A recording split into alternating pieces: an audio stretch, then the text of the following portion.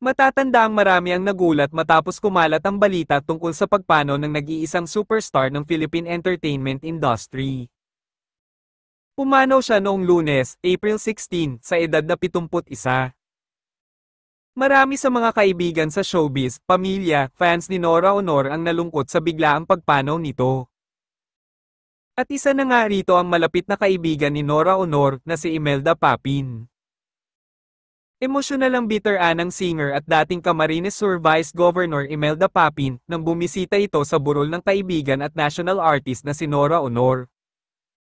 Sa ibinahaging video ng ABS-CBN News, ibinahagi ng mang-aawit ang final moments kasama ang kaibigan.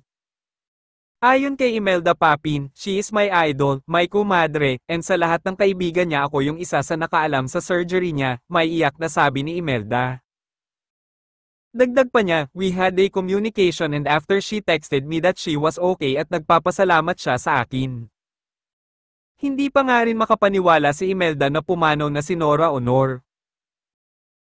"Hindi ako makapaniwala kasi we were talking, we were texting every day, tapos hindi ako makapaniwala na nawala siya kagabi," lahad pa ng singer.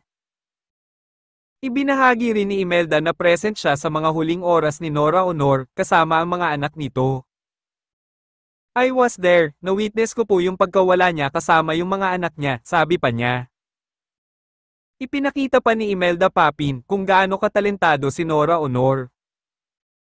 Siya po ang hinangaan ng lahat ng Filipinos when it comes to music, naging national artist siya dahil sa larangan ng pagkanta, larangan ng pag-arte.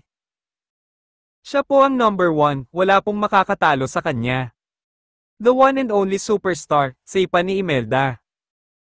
Kasalukuyang nakaburol ang mga labi ni Ate Guy sa The Chapels, sa Heritage Park na bukas sa publiko para bisitahin siya.